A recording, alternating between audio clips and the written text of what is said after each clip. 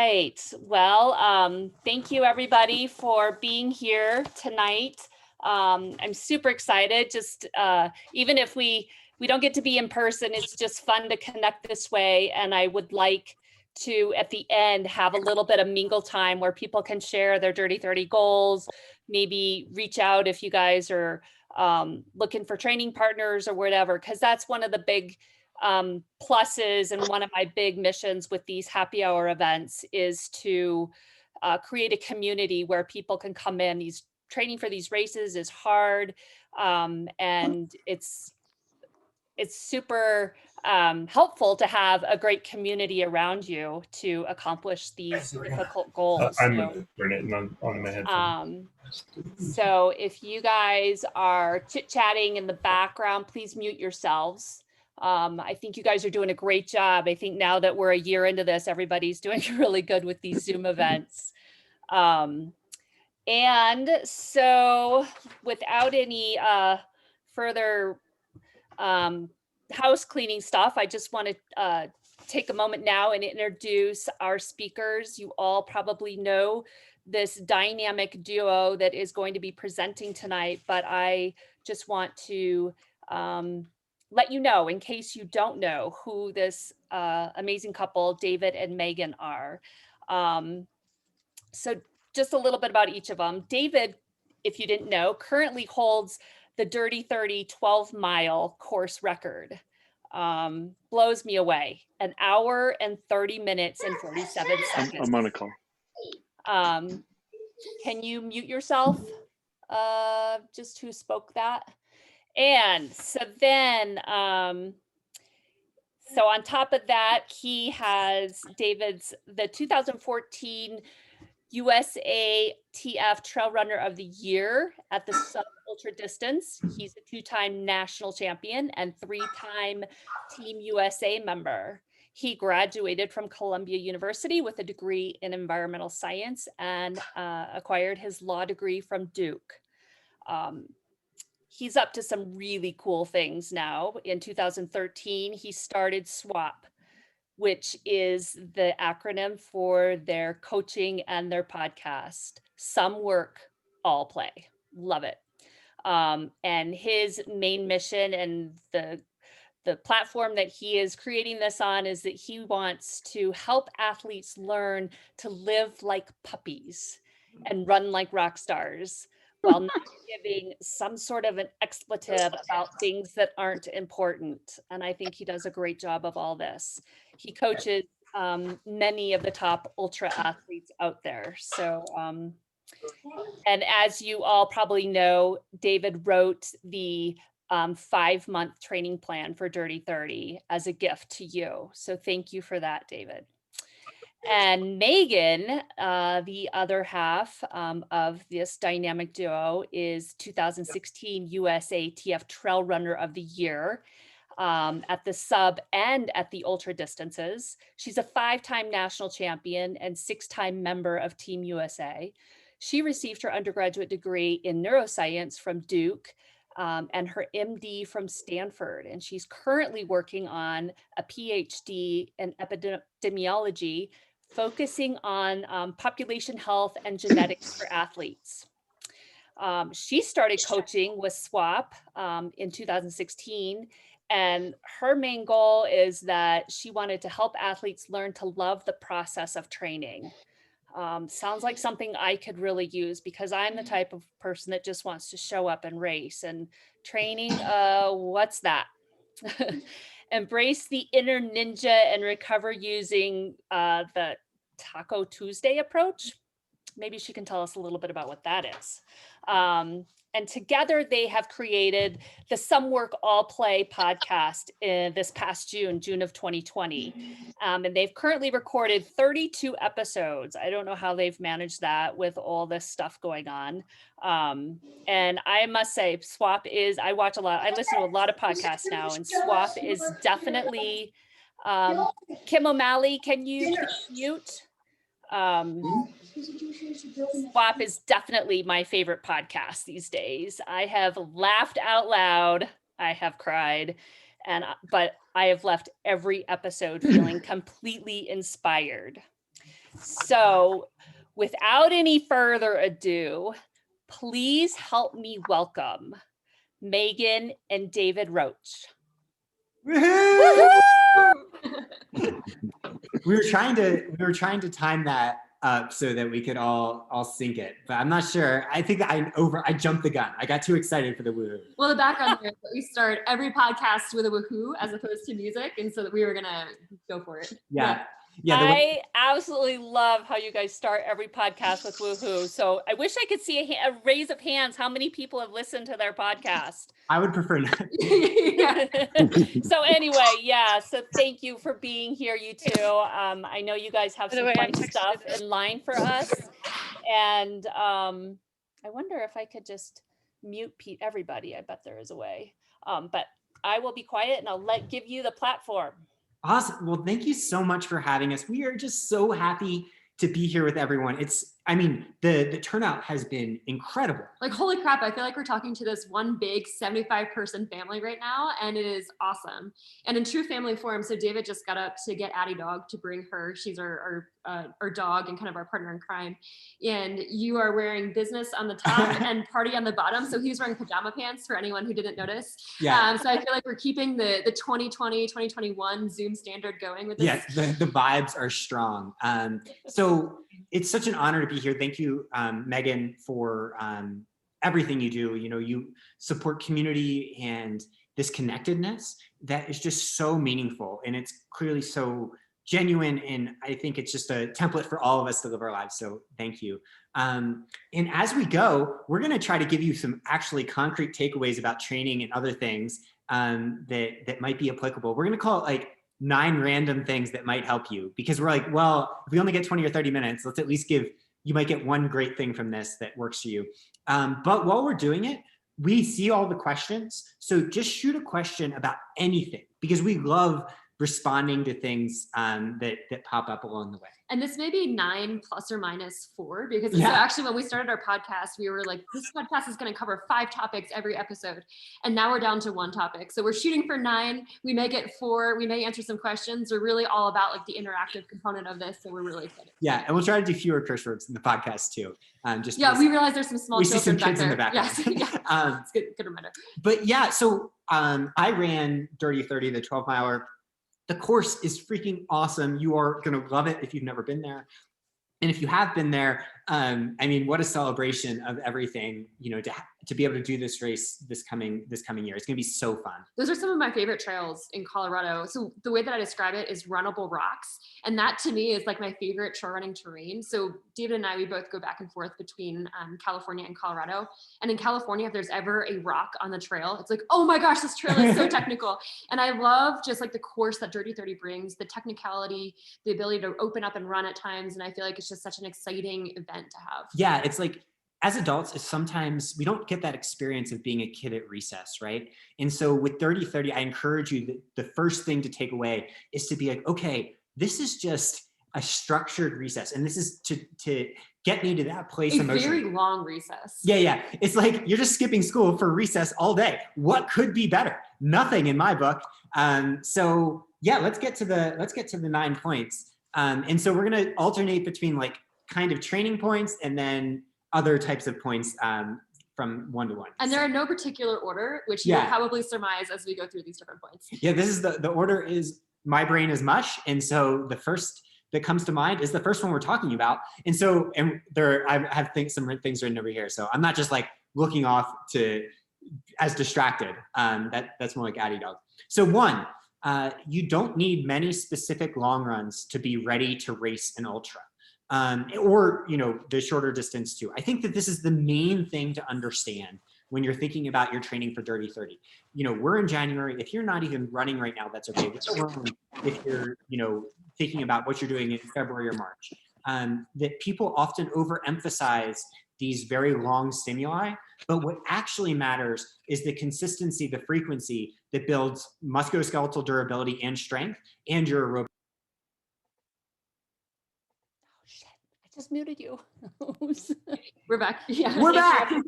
I did something so profound while I was muted. I'm so sorry. I forgot it.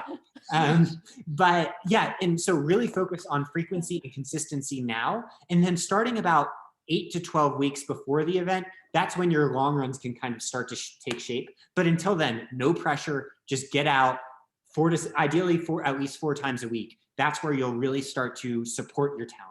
And we've seen this in a number of athletes that we've coached towards these longer ultra distances, and then also in our own training. So I ran my first 50K off of the longest long run being 16 miles.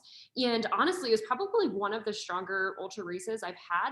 And I think a lot of that was just because I didn't quite know what was coming. So I was just like, I'm rolling with this. This pace is good. I had no idea. Just walking into the unknown. But I think I had done, 16 miles was my longest long run. But what I'd really focused on during that training build was the process of just getting in some vert. And I think that for me was really helpful. But we've seen that too in a number of our swap athletes.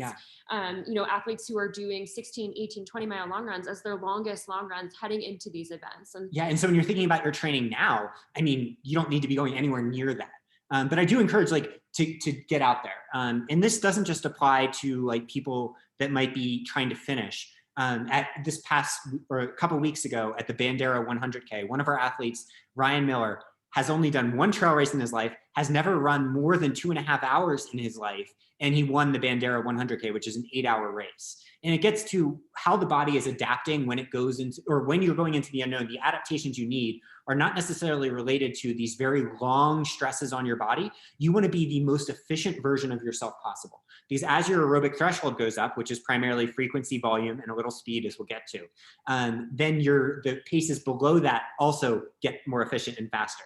So if you can do that, you unleash this mighty potential within you, and like that, you only really have to start thinking about specific long runs like eight-ish weeks out. So get consistent now. And final quick point on that topic too is I think now is a great time in your long runs, even if those are 8 miles, 10 miles, whatever it may be, to start practicing your fueling.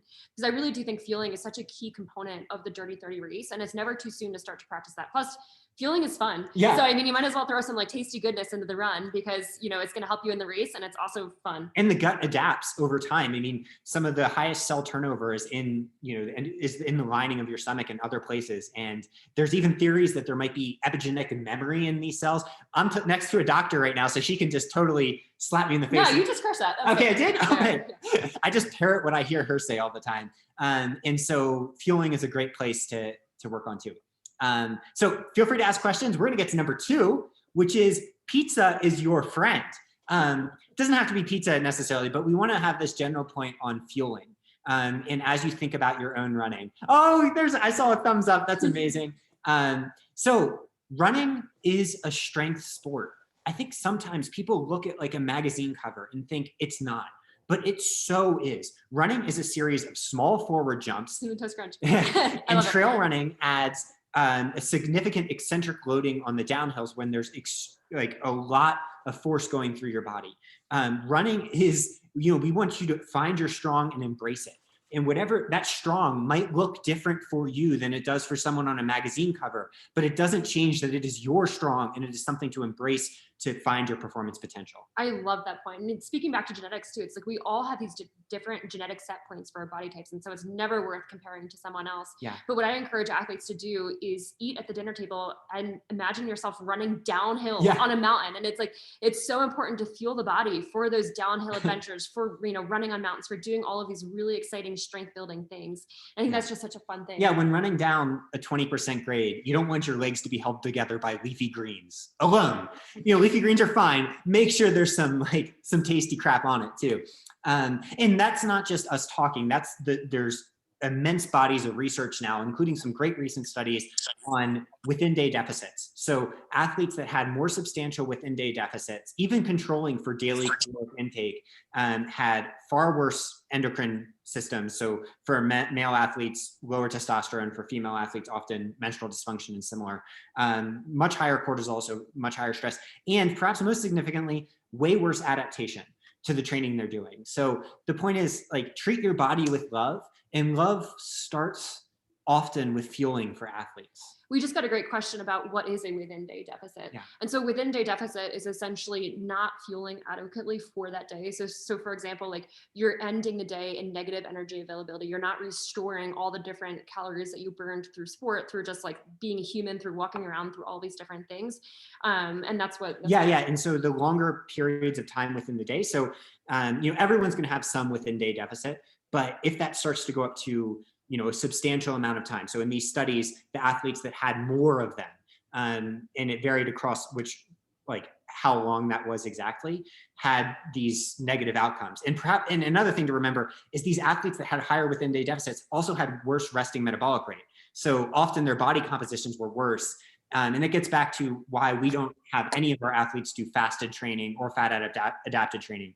And, if you don't know our athletes, like it includes Claire Gallagher, Jason Schlarb, like, a lot of the big names in ultra running. And actually, last point on this too is that whenever we have athletes who are feeling tired, who are feeling fatigued, who are just not recovering enough, my first question is always, how much protein are you eating in a day? And we encourage almost all of our athletes to eat 100 grams of protein a day at least, just because that's one of the most important things that you can do for recovery, for adaptation, for really just like, allowing your body to develop and grow as a runner. Heck yeah. All right. So point 3, and that was a great question. Awesome to ask it. We can just see it very easily here. So including the comment, grilled cheese sandwiches are the best. I appreciate that. Yeah. Lynn, that is perhaps like, I feel like we probably read a scientific study that was just titled that, 2020 in the Journal of Strength and Conditioning Research. Okay. Number 3, and we're going to get to some quicker ones soon. Downhills are often the toughest parts of trail races. I think a lot of times people think of the distance so much as what's so hard, but if anyone listening to this that is being consistent right now, if we had to go do a flat 50K, we could do it. I would be by your side. We would be cheering you on. It would be awesome.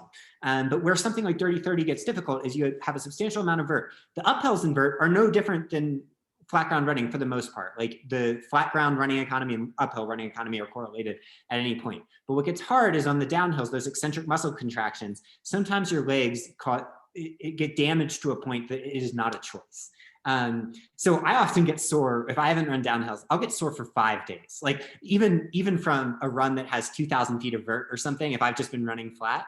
And so you can think, even though I'm not sore in the moment, my legs are already getting damaged. So the key is you got to chase those adaptations. Good thing about eccentric adaptations is they only need to be reinforced once every 2 to 4 weeks. So now in winter, you don't need to be worrying about it too much. But as we start hitting February, March, make sure that like every other weekend, you're doing some of your long runs with a substantial amount of vert. And I think a big question we get to is how to actually run the downhills. So I think oftentimes people feel daunted. They're looking down a massive downhill. There's piles of rocks everywhere. There's roots. It feels like you're just like going through this horrible obstacle course.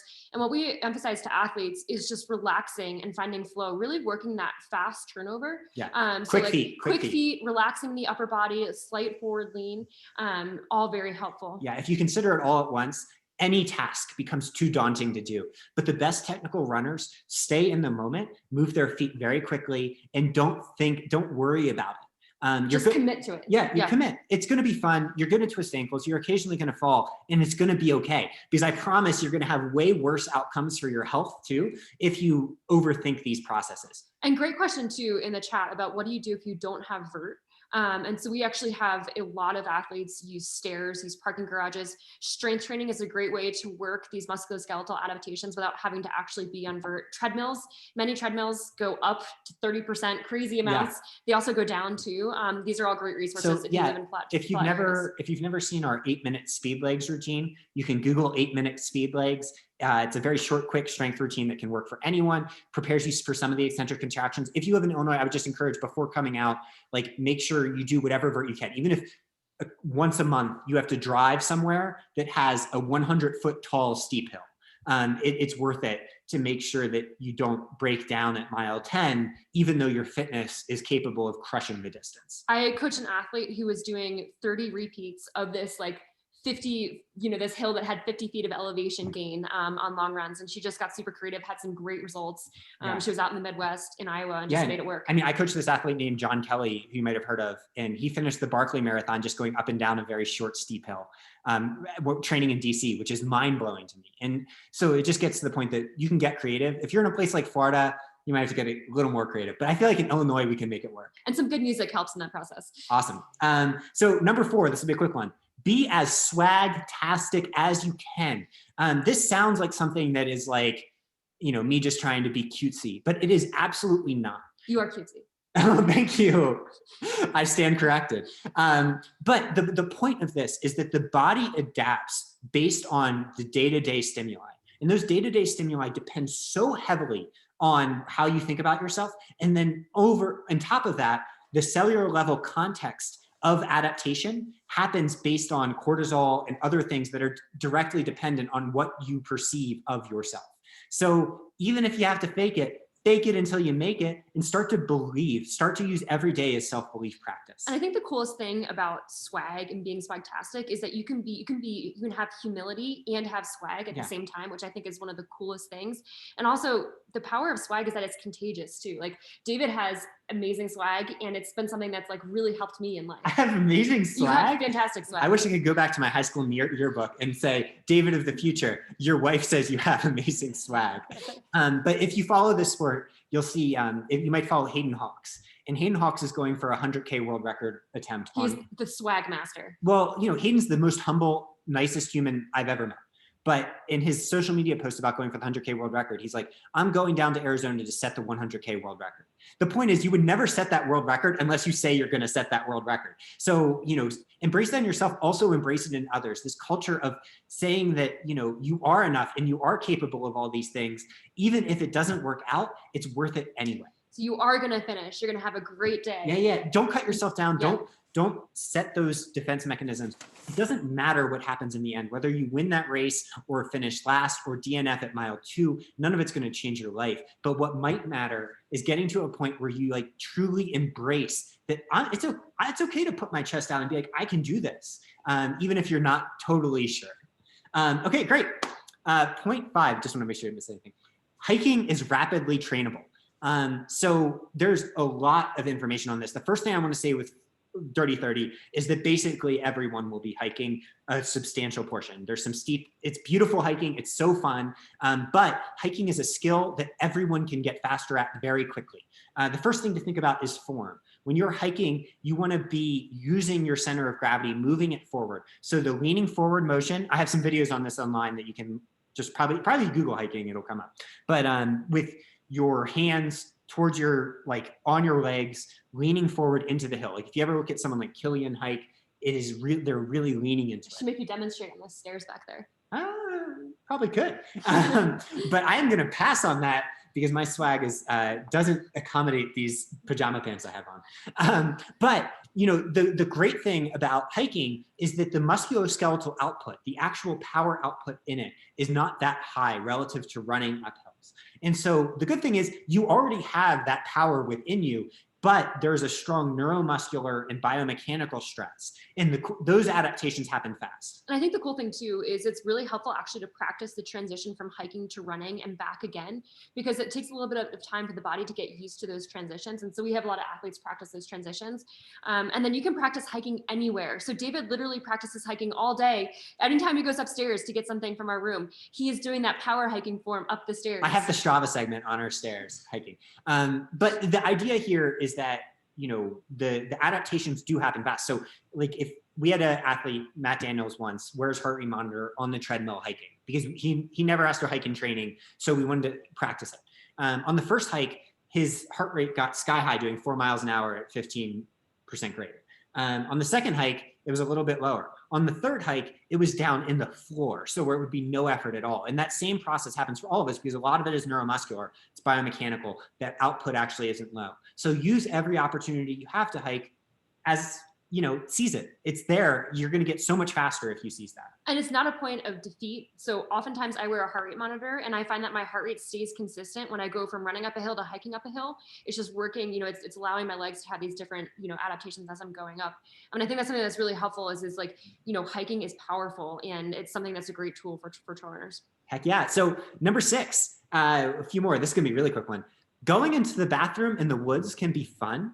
I assume we have a lot of experienced trail runners on here, so you guys you've already gotten this. But for anyone that feels like a little bit I don't know, uncomfortable with their bodily functions, just know that it's all a family here. Everyone is united by this. And it's not just that, it's also like, you know, for women, you know, their periods, and for everyone, like, you know, your blood or anything like that. Just try to be comfortable with your whole body, not just the like the parts that might show in your little dot on a Zoom call or something. And I think going to the bathroom in the woods is this like rite of passage as a trail runner. Like I think we all do it. It's actually fascinating sometimes to look at the differences between moving time and elapsed time, or like stoppage time and elapsed time on Strava.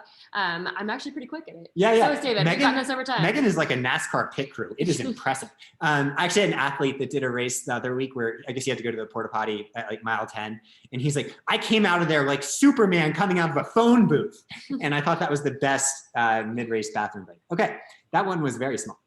7, small amounts of faster running can improve economy by a ton in a very short period of time. So speed work is like one of those things that I think gets a bad rap because people think it involves going to the track or doing something that might get you hurt or anything like that. This is just that recess play element that I am talking about. There are tons of studies that look at this. You can get massive improvements in your running economy, which is the amount of energy it takes to go to the same pace. In other words, you can start to look like, you know, one of those people that doesn't look like they're trying at all going at fast pace. And it can happen in just a few weeks. And speed work is not the concept of going out there and sprinting. It's the concept of going out there and finding a smooth and efficient speed for you. Something around like 70, 75% for a lot of these different things, though it can vary. And it can be as short as we give athletes, you know, speed work as hill strides. So things like 4 by 30 seconds, a little faster up a hill, 70 to 75% effort.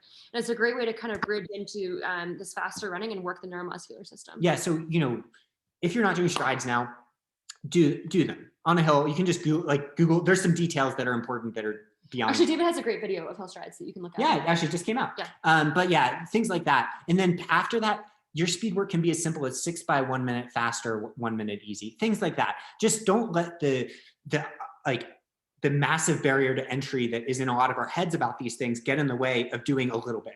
It also makes the run fly by. I find runs with speed work, they just they roll by, and it's really, really Or you nice. can do like 4 by 2 minute hills or anything. And all of this will correlate to your ultra performance by maybe hours faster in some cases. So there's a huge amount of gains to be had right there. Awesome. Number 8.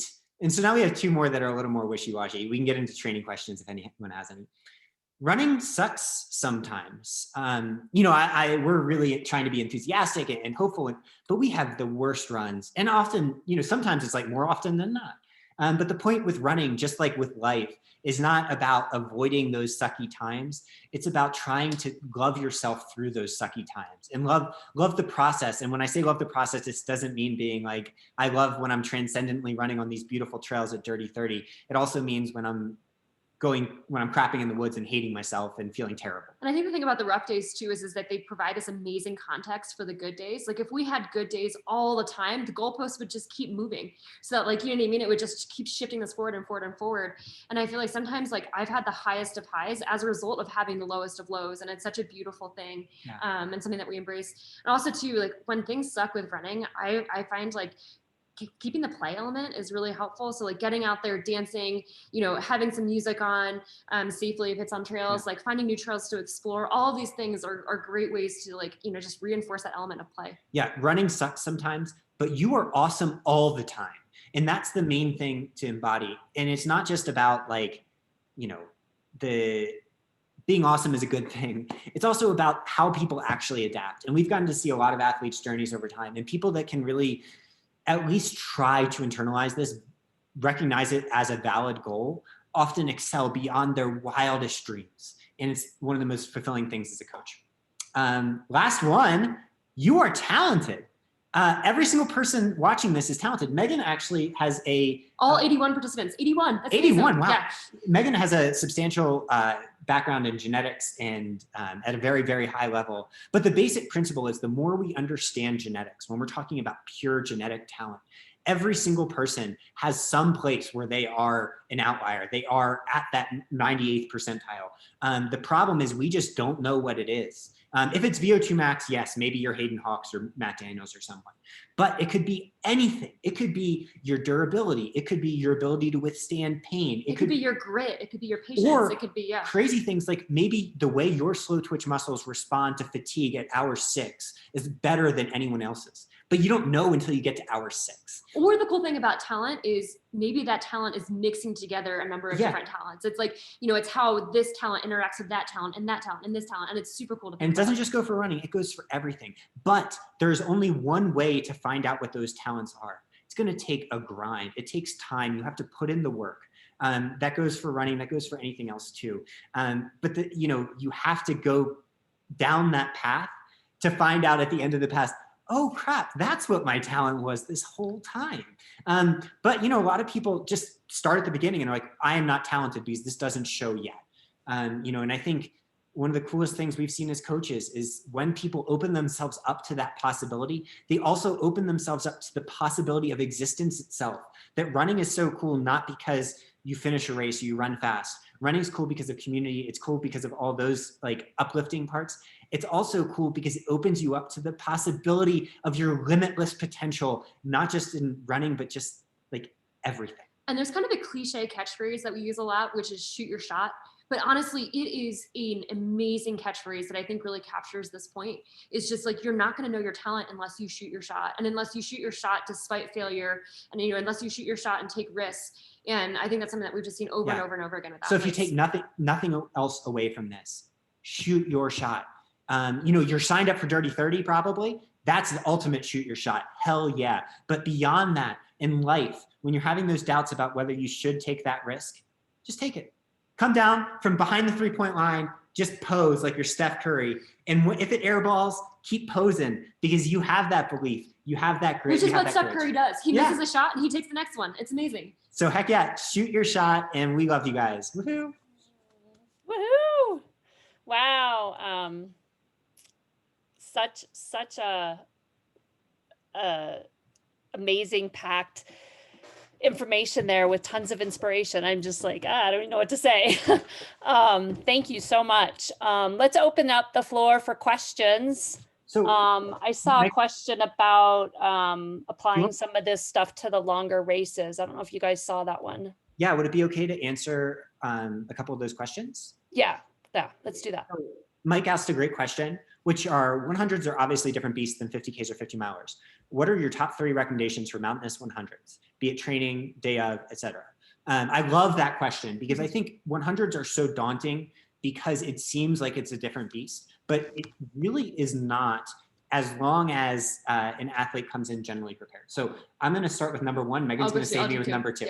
Yeah. So my first thing is the same deal. It's all about running economy. You want that aerobic threshold to be as high as possible because in 100, everyone is going to their all-day pace. All-day pace will probably be, let's say, 80% of aerobic threshold for a very efficient athlete. So the point is, if you raise the denominator higher, you're also raising the performance potential in your 100 way higher. What that means is that even in 100, short distance speed matters. That speed work we're talking about is really, really important. So that's the base you start from with 100 training. If you go into your 100 training fast, your entire performance potential goes up. And for point number 2, I think the exciting thing about 100s is they're half mental and half physical, given the distance, given the terrain, given everything required. And I think going into the 100, knowing that there will be low points in the race, there are so many different variables that happen in 100-mile races, which is part of the excitement. But being armed to handle those variables and to handle the suck with a really well-crafted why for why you're doing that race is something that can help you get through those low points. And we have athletes kind of structure and write down their internal whys for why they're stepping up to this distance and what this finish means to them. And writing that down and having it at aid stations, having it in your pack, whatever it may be, having that consistent reminder is so helpful. I love that. And the final one I would say is downhills are the name of the game. So really emphasizing that point that the central fatigue of 100. So this, a good way to think about central fatigue is if a muscle contracts submaximally over and over and over again, eventually, even though the muscle itself shouldn't be, there's nothing, if you biopsy, it's fine. It'll start to fatigue and slow down. Some people are more resistant to central fatigue, others are not, but we can all train it. One of the main ways to train it is to do a substantial amount of vert on the weekends in the like 6 to 8 weeks before your 100. Even if you're hiking a lot, even if you're going slow, really focusing on running your downhills as efficiently as you can, not because you're trying to train the specific adaptations, but because one, it'll prevent some of the breakdown, and two, there's a lot of good theories that downhills might be the way to train that central fatigue, whatever we're measuring when we talk about central fatigue, much more efficiently. So for our athletes, we'll often say, on your long runs, focus on running the downhills with purpose. And we've had some good results doing that, even with athletes that never go above 25 miles on their longest run, but they'll do a substantial amount of vert in the 6 to 8 weeks before. I see another great question here. Is it okay if we go ahead and answer this, Megan? Absolutely. So this one is, how do you coach your athletes after a fall on the downhill? I had a bad fall and it has impacted my confidence and speed. So I think just normalizing this, like if you are a trail runner and you are running downhills enough and you are sending it, you are really going for it, you will have falls. That's normal. And I think just knowing that, like, it's helpful to know that like, this is not something that is, is wrong with you. And I think just, I personally struggle with this. Like I sprain my ankles often. And it's just a mindset. It's really just like rolling with the trail, being focused, being in the present moment. For me, I find is so helpful on downhills and just relaxing. And sometimes it takes like some breathing exercises to relax after you've had a fall on a downhill. But anything else you can think of? I think that answer is perfect. I mean, it gets back to anything in life where you have a bad experience, right? And I mean, downhill bad experiences, because they have the physical manifestations, can even amount to like PTSD-like symptoms in some people. So, the bite the bullet advice usually is the best advice, but sometimes it actually requires like therapy even, and going through that process, because it gets tied up in how the brain like actually meditation is amazing for this. So I find that one of the things that I really struggle with on downhills is like being super present. And meditation for me has really helped with being present on the downhills, being present on the trails. Do you want to do that one? Great question from Lynn. How do you pull yourself out of those dark moments in ultras? And so what we try to do with our athletes is, as Megan was talking about with the why, is really get them to a place before they get to the start line that they've thought through the imperfect day. I don't like athletes visualizing everything going well. That's great. I mean, if everything goes well, nothing to write home about. I don't really think that like getting yourself mentally thinking it's going to happen is necessarily the best thing. I want them to get to the start line being like, when crap hits the fan, which it inevitably will in all things we do in life, how am I going to respond? That is the whole point of being there. So the dark places in ultras, I think, are really, they're decided well before the start line. They're decided in training a little bit, but I think they're just decided in how someone feels about themselves and what they're doing. And I think also too, just carrying the confidence that many athletes come out of dark moments. And that's something that's been really helpful for me as a coach, is I've had athletes who have had dark moments at mile 40 in a 100-mile race, and then all of a sudden feel amazing at mile 60. And it's very possible to come out of these dark moments. And for everyone, like sometimes these dark moments may be caused by different things. But we have certainly seen athletes come out of it. We've seen athletes win races out of having really dark moments early on in races. And I think for me, that like having that confidence has been something that's been helpful. Yeah, at mile 40, I got a text from an athlete who was just spectating on the course of Run Rabbit Run, 2019, I guess, at mile 40. And his texts were just photos of Jason Schlar, like having extreme bodily difficulties, really unpleasant photos, and just being like, I think this is probably it for his race. And I got really upset, turned off my phone because I care about Jason so much, and was just like, I don't want to have to worry about him right now, when he's going through this and I can't help. Turn on my phone like 10 minutes later to be like, okay, now I can deal with this. And, eventually I get updates that Jason had gone from way back to like winning this whole race. And it just gets back to like, there are physical processes that need to be reversed, but often what causes the problem isn't the physical process, it's how we respond to that. So if you can keep that openness and like love in like of yourself and like just of the oneness of it all, it really smoothed out a lot of the physical problems. So I love this question that just came in. So the question is, at this point in the training cycle, what are one or two things should we focus on, especially for a first-time ultra distance runner? So I think, or do you want to take? I'll take the first one. So I think the first one is just consistency. So it's really not about thinking about these like overwhelming long runs, as we talked about in our presentation. It's about, getting out the door 3, 4, 5 times a week, doing, consistent runs. And that can even be, when I'm talking about consistency, it could be a 15-minute run. It doesn't have to be this really fancy 8-mile run with gadgets and everything like that. And it's just really working up to that consistency over time. Yeah. And then I would just say, make sure you're your fastest self. That doesn't mean you're doing track workouts or anything. It means that now is the time to be doing 20-second hill strides or the short speed, other things that push your body and start to improve your running economy, so that when you start doing the long runs, you're actually able to get the most out of them you possibly can. Great. Ooh, one more question. What are your favorite hills for training in Boulder without having to go to the trails? So I'm going to go with a very challenging route that it's not a trail, but it is pretty challenging. So Magnolia Road up in Nederland, right outside of Boulder, is one of my favorite places for a very challenging long run. So it's at high altitude. I think what also makes it challenging, it's a dirt road, steep hills. There's a famous book, Running with the Buffaloes, that's kind of like centered around CU Boulder's long runs as a track team up on Magnolia Road. So it's a great place for some mental resilience training, I would say. I love that. Yeah, I think that's perfect. That's how we've always trained. Actually, Gold Hill is another place too. Gold Hill in Colorado is a great place to go for training. Great. Another amazing question came in. Stop us, Megan, if this is too much. So I just have to say, you guys, listening to your podcast, how fast you guys pack in so much incredible information into such a short period of time. You guys are way ahead of schedule. Like, question and answer doesn't start till now. So you guys can keep going. Perfect. You can get all the questions answered. So if you want, we love answering nitty gritty, very personal training questions too. So pop them in and we can always broaden everything out. Also, we've been answering some questions too that people have sent us privately. So if you don't want to send it to the whole group, you can send it to us privately too. Okay, great. So how important is weight training and cross training? So this is another, if there was a third point in the previous question about what you can be doing now, I would say strength training is that element. I would say you don't need weights though.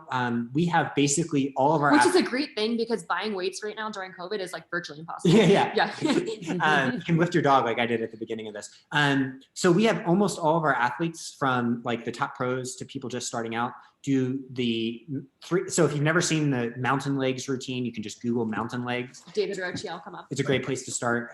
And then you can progress to the speed legs routine. Both are under 10 minutes long. The types of things anyone can do and will strengthen your whole lower body for all the things that you're going to throw at it on race day. And then for cross training, I think if you're just building into ultra training, or if your volume is a little bit more limited, it can be a great time to work in cross training. So we have many of our athletes. Actually, I run 5 days a week. David runs 5 or 6 days a week. And then every week, actually, we do have a rest day that's sacred for us. But usually we have 1 or 2 cross training days mixed in there. Biking for us is something that we love doing. Elliptical is great. We've seen people have good success with the stair mills. They're quite a great way to get in a vert, especially if you're, if you have access to a stair mill and you're living in a flat place. But you don't need it. And I mean, I would emphasize that your whole life is training in some way. Coach Ian Sharman really emphasizes this, that, you can always go out and walk, and that's training. And, do like we like our athletes to do just 1 or a few sets of push-ups, or like do some chin-ups. Things like small little stimuli is what the body really responds to. So, layering that in when you can is plenty.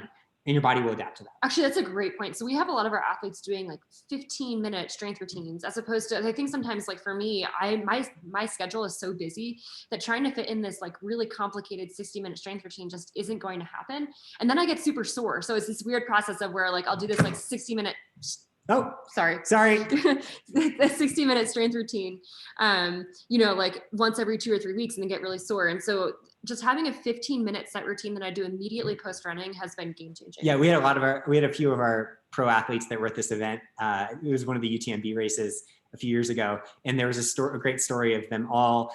They were all doing the one-legged step-ups from the mountain legs and speed legs routine together on this European hotel, and all the European athletes came by and it's like, what the heck are you doing? But it's cool that it's like that stuff's gone international now. So two great questions that I'm going to link together. Oh, wow. Yeah, we're really I like going for it. this. So what is your opinion of running food and drinks versus real food and water is one. And then connected to that question, what are your recommended vegetarian protein sources for fueling is the second. So I think like for us, You can start with that one. yeah, I'll start with the vegetarian protein sources. We personally we have a lot of our athletes use Vega protein powder because it's kind of like the cleanest protein powder around. We're not big fans of like artificial sweeteners because we Not find sponsored or anything. yeah, we just find fans. artificial sweeteners like wreck athletes' stomachs. Vega does have a little bit of artificial sweetener. There are some flavors that don't, but that's a fantastic vegetarian protein source. We have athletes really enjoy using it. It tastes good. Mocha flavor is good. Again, we're not sponsored. We just enjoy eating it. Yeah, so the Vega Sport Performance Protein is one that I would say probably half of our athletes take. And it's not like they take it right after they run. They just try to get it in during the day because we end up coaching a lot of vegetarians. We're not vegetarians, but we just like it. And I mean, other sources, well, I think an important thing for people who are vegetarian or vegan is to think about is iron intake and vitamin B12. And so some athletes may have to supplement with that. I think it's really helpful to get your iron levels measured if you are a vegetarian athlete.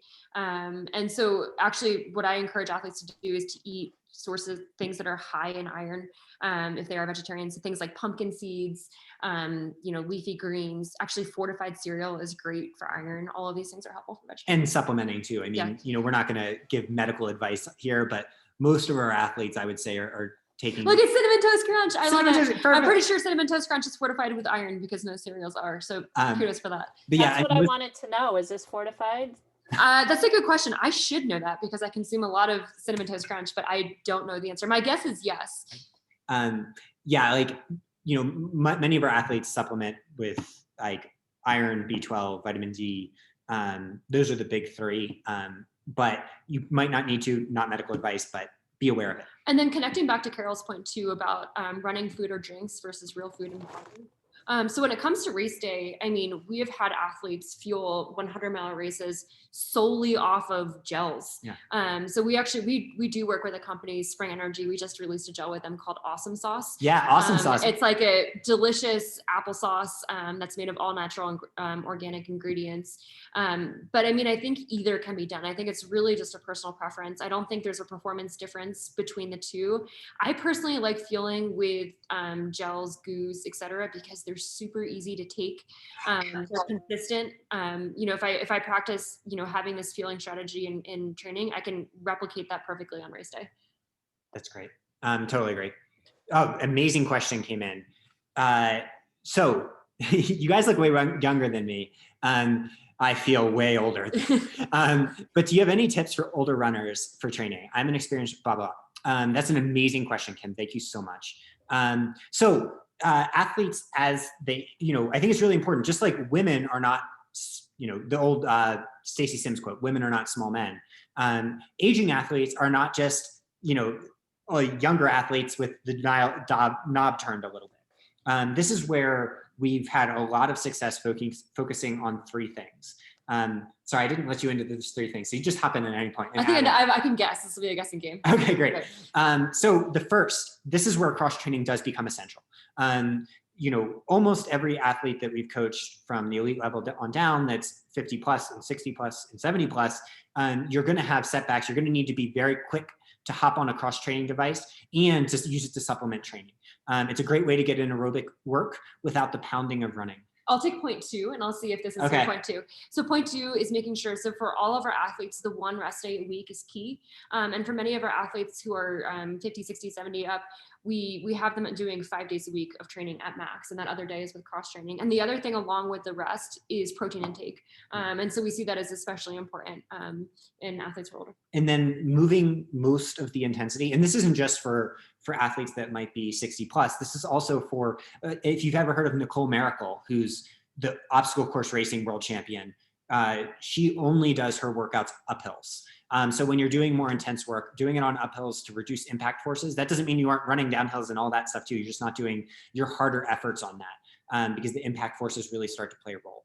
And then you layer in the strength training we talked about, or even a little bit more, because you want to make sure that you're constantly building muscle. So that's a good time to actually add weight to the deadlifts and the speed legs, maybe do squats, that sort of thing. But amazing question. I love it. Here's a great question about, can you get by with a 25-ish mile a week volume for 50K? Oh, heck yeah. I mean, we've had Katie Asmuth just won the Bandera 100K on 40 miles a week. And so, that's winning. You can finish a 50K on 10, as long as you're getting enough of the specific work closer to the race. So 25 miles, heck yes, you can.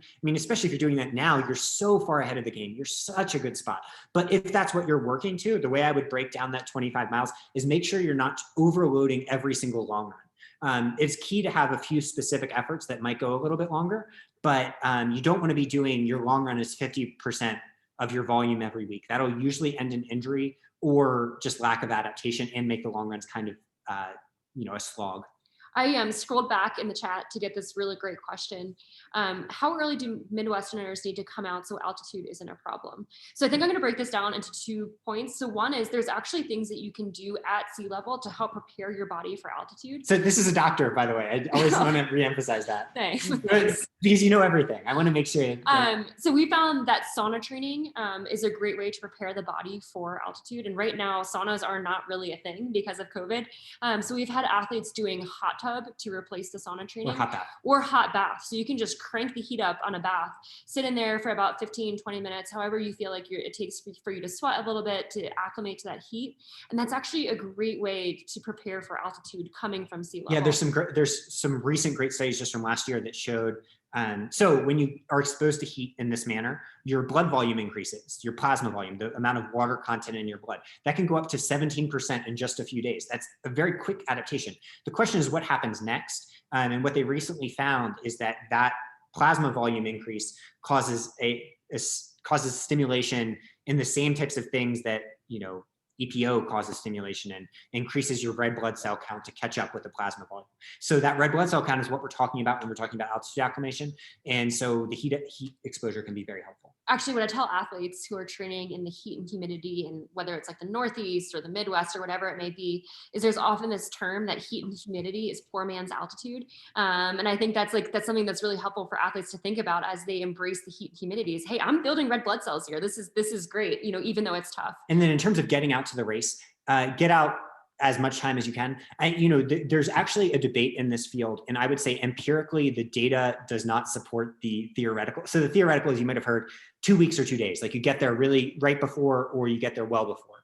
And the theory is that there are some immune system responses, inflammation responses that might be in that in-between time. We have not seen that at all. Any amount of extra time is good. Just the neuromuscular benefit of it, the feel of it is helpful. So I would say, ideally not the day before, get out. I would prefer make a little vacation of it, get out the week before, really start to get used to it. And then a follow-up on that question too is how often to heat train and how far in advance of the race.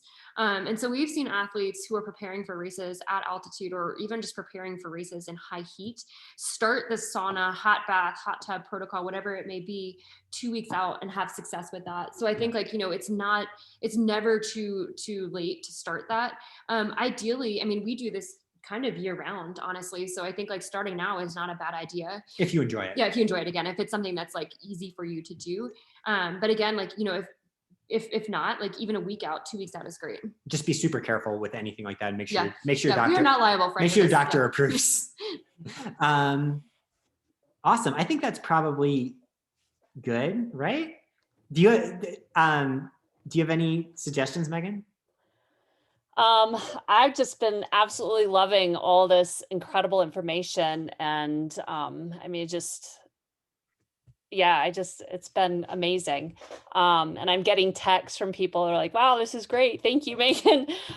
So thank you. I just want to mention to everybody, I don't know if you all have seen my stuff out there about how I have a goal of 100% finish rate at my Dirty 30 races. And people have told me this is so ambitious and quite lofty. And I, and especially now that I have 100, I still have a 100% finish rate goal with these races. Why? It's all because I know well, one, you know, you've paid for it and you have this idea that you want to do this race and you want to participate. And I'm sure that everybody signs up with this idea that they're going to finish. And just like Megan and David touched upon, that you're going to get to this point somewhere in the race and the wheels are going to fall off and you're not done and the game is not over. And you will get those wheels back on. You just have to stick with it. And I have experienced and I've seen people come through that finish line and they're just changed. And it's such a huge thing, especially because 50% of Dirty 30ers, I don't know how this happens, but 50% of Dirty 30ers are brand new ultra runners. Right now, let me give you the numbers. Dirty 30 currently has 443 people registered, and 213 of them are brand new ultra runners. I mean, how does this happen every year? And just to add to those numbers, 197 are women, 245 are men. 50% spots are reserved for women. So tell your girlfriends, tell your sisters, tell your moms about this, and that this race sells out months before, and we reserve those 50% spots for women. But I mean, it blows my mind that we have those numbers, and you guys have no idea what it means to come. Those new runners have no idea what it means to come through that finish line, and it's life-changing. And I mean, I've created my whole career around this because it was so life-changing. And I have also had I've instituted the DNF patrol at aid 3, which is kind of the wheels fall off point at the Dirty 30. And that's where in the past a lot of people have quit. And so this patrol is a group of experienced ultra runners that know what it's like to have the wheels fall off, and they help coach you into staying in the game. We want you to stay in the game, and we want you to find the finish line. And so yeah, it's just this 100% finish rate goal is huge for me. And I've had people come to me and say at the finish line, they didn't finish, they quit at aid 3. They've come to me at the finish line and they're like, and they see people finish, they see everybody getting celebrated. They're like, oh my God, I could have finished. Why did I quit? And so that is why I've created this goal. That is why I bring people like David and Megan to these happy hour events. That's why I work so hard to figure out how to get you guys a great training plan. And I put so much of my effort into creating this community so that we can really achieve that 100% finish rate goal. And Silverton, I think there were maybe 3 people last year that didn't finish. Or the year before, out of 130 people, maybe 3 people didn't finish. And Dirty 30 gets like a 95% finish rate. So we get really high finish rates. And I know it's because I put this goal out there and I start talking to you now, like, let's get in the game, let's make this happen. And I think David and Megan really give you guys a lot of great tips to help make this happen. Another big thing that I've also seen with all these new ultra runners is I've seen people get out of the game because of the overuse injuries. And so that's another reason why this happy hour event happens in January. Start your season off right. I mean, one of the big things I kept hearing David and Megan say is that you don't need to go out there and run 50-mile weeks to do this game. And you don't need to have all these super long runs. Like right now, you don't need to be doing super long runs to be successful at this. And that's only going to that's only going to cause injuries. So they've tapped on everything. They hit all the important parts. I hope you guys got a lot out of this. I know that I did. So yeah, I don't know if there are any other additional questions after that.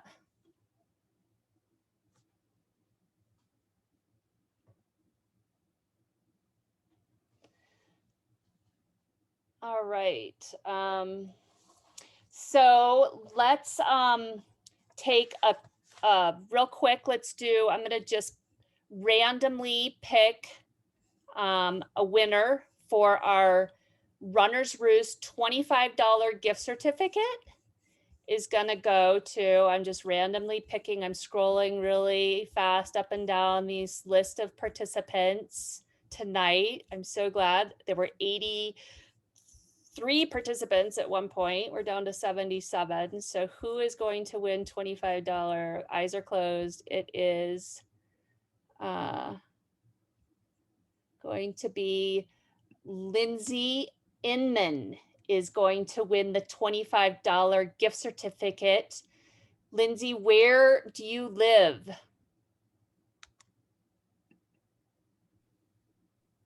I live in Lakewood. She's in Lakewood. Okay, so they will get you a gift certificate at maybe the Boulder store or maybe the Denver store. I will put you in contact with Sandy and they can get you that gift certificate. Congratulations. Is it Iman? How do you say your last name? Iman. Iman. Okay, very good. From Lakewood. Awesome. Okay, so now we're going to do this again. And we're going to find someone for $100 gift certificate for $100 gift certificate for Ultra. I think it's for their website. And that is going to go to Andrea. Let's see, Andrea Brugman. Andrea, are you out there? In Zoom. Yes, I am. Andrea, where do you That's live? awesome. Missouri, near St. Louis. Awesome.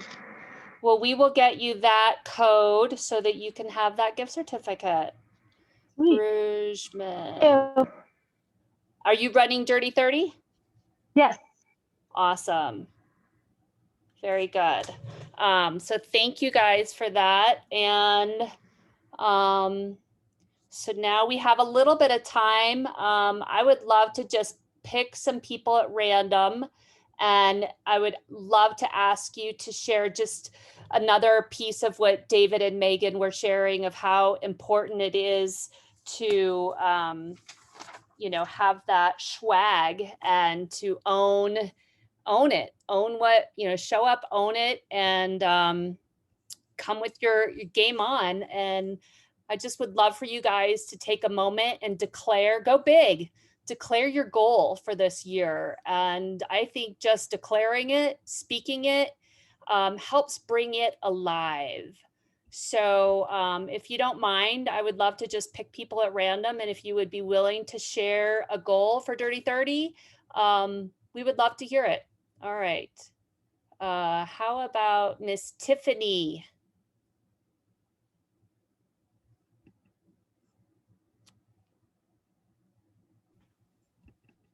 Tiffany Sewell. Oops. Hi, can everyone hear me? I'm from Park City, Utah. Utah, yay. I'm so excited to come out and run the Dirty 30. My goal is, I'm pretty new to ultra running. This is going to be my third 50K. And I hope to do it just feeling good and feeling strong. And if I get a faster time than my other two, that would be awesome as well. Very good. Welcome. Third 50K. That's awesome. Thank you. Thanks for sharing, Tiffany. Do you have any questions about connecting with the Dirty 30 community? Have you been on the Dirty 30 Facebook group, the private group, to find connection there? No, I should definitely do that. We'd love to.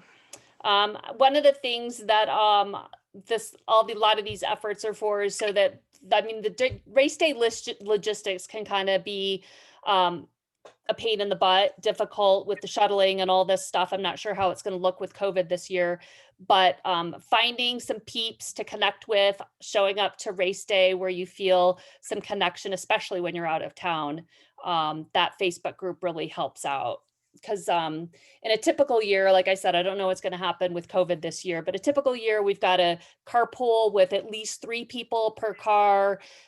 There's shuttling, there's all this stuff for the race day logistics. So that Facebook group really helps people out. Thank you. Thank you. All right. How about Adam? Adam, can you share your big goal for us? Eberling, Adam Eberling. You're so smart. Hi. You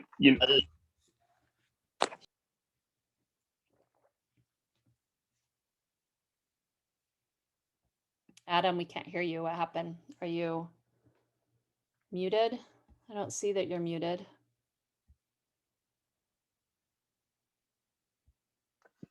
My big goal is I have my first marathon at the end of April, so I'm really not putting a lot of pressure on.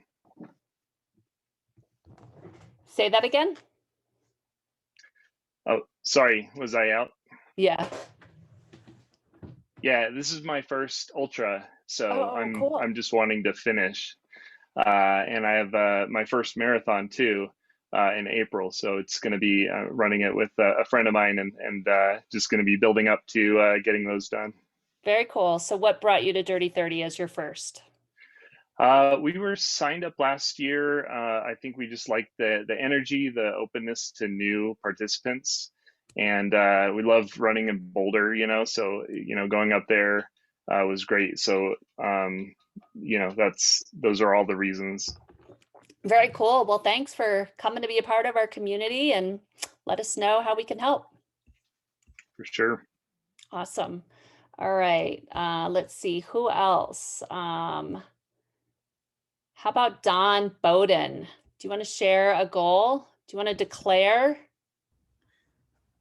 Sure. So my goal is to, and I may not say this correctly, but I want to join Sisu.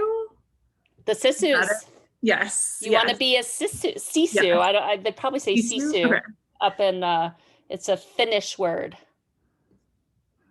So you're a brand new ultra runner. Yes, this will be my first official 50K. We signed up last year and went to the event that you had for the very beginning of the season, and was just so encouraged by the community that you had, and by the work that you do try to put in to help the beginners finish. So we wanted to come back and do it this year again. Oh, wonderful. Or at least do it for the first time. So when you finish, you will become a Dirty 30 Sisu. So that's awesome. Congratulations. All right. Anybody else want to share their goal? Dream, declare, deliver. What is your goal? Anybody want any support? Anybody needing to connect with other runners to find training partners or anything like that?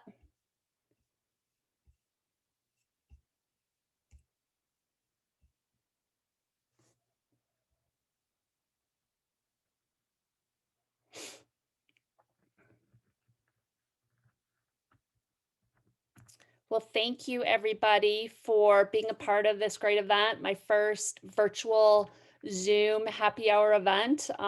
Believe it or not, I was more nervous about this than having a live group. So yeah, it's been a stressful week with my computer crashing. And so I'm just really happy that this went so well. And David and Megan did such an amazing job and gave you guys a ton of tips. The next happy hour is going to be February 20, I think it's 24th. Check the website. It's a Wednesday night with Courtney DeWalter and Maggie Goodall. They were